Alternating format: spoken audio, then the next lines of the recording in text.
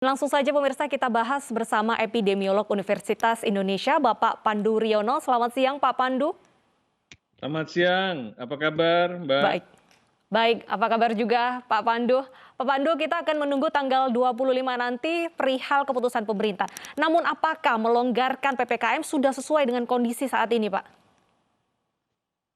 Ya, kita harus mengevaluasinya ya. Sampai sekarang belum ada tanda-tanda bahwa ada perbaikan yang cukup signifikan.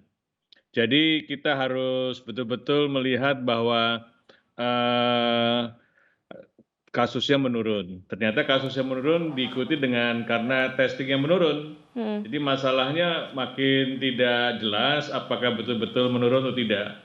Kedua, angka hunian di rumah sakit juga masih tinggi dan angka kematian juga masih tinggi. Memang kalau lihat indikator epidemiologis, belum bisa PPKM ini kita pindah dari level 4 ke level 3. Tetapi mungkin ada indikator lain, misalnya keresahan di masyarakat, ya kan? Masyarakat kan sudah mulai protes terhadap masalah PPKM ini. Nah, itu mungkin jadi pertimbangan juga.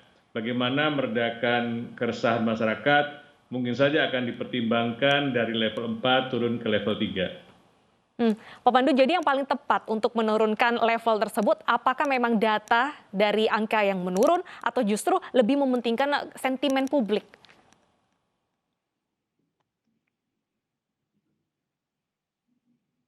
Ya, Pak Pandu masih Ya, Pak bersama Pandu kami? masih bersama kami. Ya, masih gimana Mbak? Baik. Kedengaran suara saya? Oke, Pak Pandu, lantas apakah faktor yang paling tepat untuk memutuskan diperpanjang atau dilonggarkan, Pak? Yang paling tepat adalah indikator epidemiologis ya, karena kita kan tujuan pengetatan ini adalah menurunkan kasus penularan.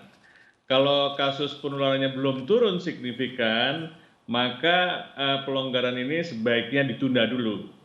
Tetapi bisa saja itu dipertimbangkan ada hal-hal lain yang di luar epidemiologis, ya kan? Dan mungkin juga kalau angka hunian di rumah sakit sudah menurun, angka kematian sudah mulai menurun, dan ini bisa juga jadi pertimbangan. Jadi pertimbangannya cukup banyak dan tidak mudah karena pengetatan ini belum berjalan cukup lama, baru 2 minggu, gitu kan? Biasanya kalau sudah sebulan baru kita bisa melakukan pelonggaran dari level 4 ke level 3 atau level 2. Baik, singkat saja Pak Pandu, apa dampak terburuk jika masih dilonggarkan, Pak?